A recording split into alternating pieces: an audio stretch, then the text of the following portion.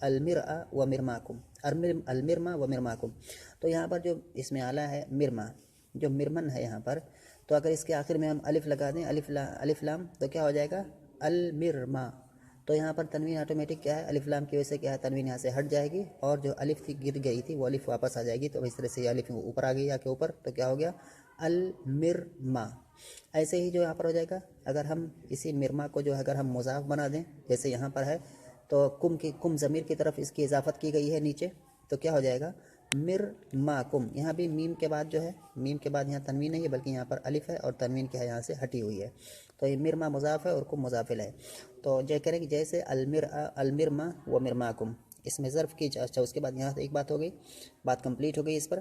اس کے بعد ایک بات اور بتا رہے ہیں، کہہ رہے ہیں کہ اس میں ظرف کی جمع مرامن اور اس میں تفضیل کی جمع ارامن. پیچھے جو گردان ہم نے پڑھی ہے صرف صغیر کی، اس کے اندر اس میں اس کے جو ہے جو اس میں ظرف ہے مرما، اس کی جمع کیا بتائی گئی تھی انہوں نے، والجمع منہما مرامن و مرامیو. اور ایسے ہی افعل التفضیل جو ہے، افعل التفضیل منہ ارما، اور اس کو کریں کہ والجمع منہما، یعنی کہ افعل التفضیل کی جمع کیا آئے گی ارمونا و ارامن. تو اس میں تفضیل کی جو پیچھے ظرف کی جمع کیا بتایا تھا انہوں نے، مرامن. ظرف کی جو جمع بتائی تھی ان میں سے ایک جمع کیا تھی مرامن، اور اس میں تفضیل کی جو جمع بتائی تھی اس میں سے ایک جمع کیا ہے ارامن. تو کہہ رہے ہیں کہ اس میں ظرف کی جمع مرامن اور اس میں تفضیل کی جمع ارامن، جو اصل میں مرامیو و ارامیو تھے. تو جو اس میں ظرف کی جمع ہے مرامن، یہ معلل ہے، اس کی اصل کیا ہے مرامیو. اور ایسے ہی اس میں تفضیل کی جمع ارامن، یہ بھی معلل ہے، اس کی جمع ہے ارامیو. تو اس دونوں کے بارے میں بتا رہے ہیں کہ ان دونوں کے بارے میں تعلیل ہوئی ہے. جو مرامن ہے اور ارامن ہے، ان دونوں میں تعلیل ہوئی ہے. اور تعلیل سے پہلے ان دونوں کی اصل یہ تھی مرامیو ارامیو. اور ان دونوں میں تعلیل کس قاعدے کی روح سے ہوئی ہے، تو ان دونوں میں تعلیل 25ویں قاعدے سے ہوئی، 25ویں قاعدے سے تعلیل واقع ہوئی ہے. 25واں قاعدہ ایک بار ضرورت ہے پھر سے کہ اس کو پڑھا جائے، سمجھا جائے. گرچہ ہم نے یہ قواعد پڑھ لیے ہیں، ہم نے ان کو سمجھا ہے اچھے سے ڈھنگ سے، کیونکہ صرف کی باقی بعد میں جیسا کہ ابھی محسوس ہو رہا ہوگا کہ بعد کے جتنے مباحث ہیں تقریباً سب آ رہے ہیں، سب اسی پر ڈیپینڈ ہیں، سارے سب کے سب تقریباً اسی پر ڈیپینڈ ہو کر کے آ رہے ہیں. اگر انہیں کو نہیں سمجھا گیا تو بعد کی چیزوں کو نہیں سمجھا جا سکتا. تو 25واں قاعدہ ہے کہ مرامن جو ہے یہاں پر، اس کی کیا ہے اصل ہے مرامیوں، اور ارامن جو ہے جو کہ اس میں تفضیل کی جمع ہے، اس کی کیا ہے، اس کی ارامن کی اصل کیا ہے ارامیوں. تو اس میں تعلیل کیسے ہوئی، مرامیوں اور ارامیوں کیسے تعلیل. تو جو پیچھے قاعدہ گزرا ہوا ہے 25واں قاعدہ، اس میں یہ بات بتائی گئی ہے کہ جو وزن ہے افاعل ہو مفاعل ہو یا اس طرح کے اور اوزان، اگر ان کے آخر میں یا ہو تو ایسی صورت میں کیا کیا جاتا ہے کہ حالت، پھر سے ایک بار میں کہہ رہا ہوں کہ افاعل و مفاعل اور اس طرح کے اوزان، یعنی کہ ان کے وزن پر جتنے بھی کلمات آ رہے ہیں اور ان کے آخر میں یا ہو، جیسے یہاں پر ہے مرامیوں مفاعلوں کے وزن پر ہے اور اس کے آخر میں یا بھی ہے. تو ایسی صورت میں کیا کرنا ہوتا ہے، ہمیں دیکھنا ہوتا ہے سب سے پہلے کہ اس پر الف لام ہے کہ نہیں، اور ایسے ہی مضاف واقع ہے کہ نہیں. یعنی یہ کلمہ معرب باللام ہے اور مضاف ہے، ایک صورت یہ ہو گئی. دوسری صورت یہ ہے کہ نہ ہی معرب باللام ہے اور نہ ہی مضاف ہے. تو اگر ہمیں یہ ملتا ہے کہ اگر اس طرح کے جو اوزان ہیں، اگر یہ نہ ہی معرب باللام ہے، ان کے شروع میں الف لام نہیں لگا ہوا ہے اور نہ ہی یہ مضاف ہے، تو ایسی صورت میں کیا کیا جاتا ہے کہ حالت رفع اور حالت جر میں یا کو گرا دیا جاتا ہے، اور اس سے پہلے ایک تنوین لگا دی جاتی ہے جس کو ہم تنوین عوض کہتے ہیں. تو یہاں پر قاعدہ کافی لمبا ہے، اس کو پھر میں یہاں پر پورا ریپیٹ نہیں کروں گا، جتنا مقصد ہے اتنا ہی میں بتا رہا ہوں. ورنہ قاعدے ہم نے پیچھے پڑھ چکے ہیں اچھے سے اور یاد بھی ہوگا، مجھے لگتا ہے کہ وہ باتیں یاد بھی ہوں گی. اگر نہیں یاد ہے تو ضرورت ہے کہ اس قاعدے کو پھر سے پڑھا جائے. تو کہہ رہے ہیں کہ 25واں قاعدہ، تو میں اس کو مثال سے سمجھاتا ہوں. کہہ رہے ہیں کہ جیسے مرامن ہے، اس کی اصل کیا ہے مرامیوں، یہ مفاعلوں کے وزن پر ہے، اس کے آخر میں یا ہے اور اس پر نہ ہی الف لام ہے اور نہ ہی یہ مضاف ہے. تو اگر یہ کیا ہے حالت رفع میں ہوگا، اگر یہ کلمہ جملے کے اندر، تو ایسی صورت میں کیا ہوگا کہ آخر سے اس یا کو ہم گرا دیں گے پوری یا کو، اور اس یا کے بدلے میں میم کے آخر میں کیا ہے تنوین لگا دیں گے. تو کیا ہو جائے گا مرامن ہو جائے گا. اور یہ کلمہ غیر منصرف ہے. تو اگر کوئی پوچھے کہ غیر منصرف ہے اور اس کے آخر میں تنوین کیسے لگی ہوئی ہے، ایسا تو ہوتا نہیں کہ غیر منصرف پر تنوین آئے بغیر کسی ضرورت کے، تو ہم کہیں گے کہ یہ جو تنوین دکھ رہی ہے یہ تنوین در حقیقت تنوین عوض ہے. تنوین عوض ہے، معرفہ اور نکرہ والی تنوین نہیں ہے، تنوین عوض ہے، اور تنوین عوض غیر منصرف پر آ سکتی ہے. تو یہاں پر جو تنوین ہے یہ تنوین عوض ہے. تو کیسے کیا کس کا نکلا خلاصہ کیا کہ مرامیو اصل میں کیا ہے مرامیوں یہ اصل ہے، آخر میں کیا ہے یہاں سے یا کو گرایا گیا اور اس کے بدلے میں تنوین لگا دیا گیا تو مرامین ہو گیا، اور ایسے ہی کیا ہے ارامیوں ہے، سیم اسی طرح سے یہاں بھی کیا ہے ارامین بنا ہے، یا کو آخر سے گرایا اور اس کے بدلے میں میم کے نیچے تنوین لگا دیا تو ہو گیا مرامین۔ تو کہہ رہے ہیں 25واں قاعدہ جاری کرنے سے مرامین وارامین ہو گئے۔ اسی پر اکتفا کرتے ہیں، انشاءاللہ کچھ اور چیزیں ہیں اس کو پھر اگلے درس میں پڑھیں گے۔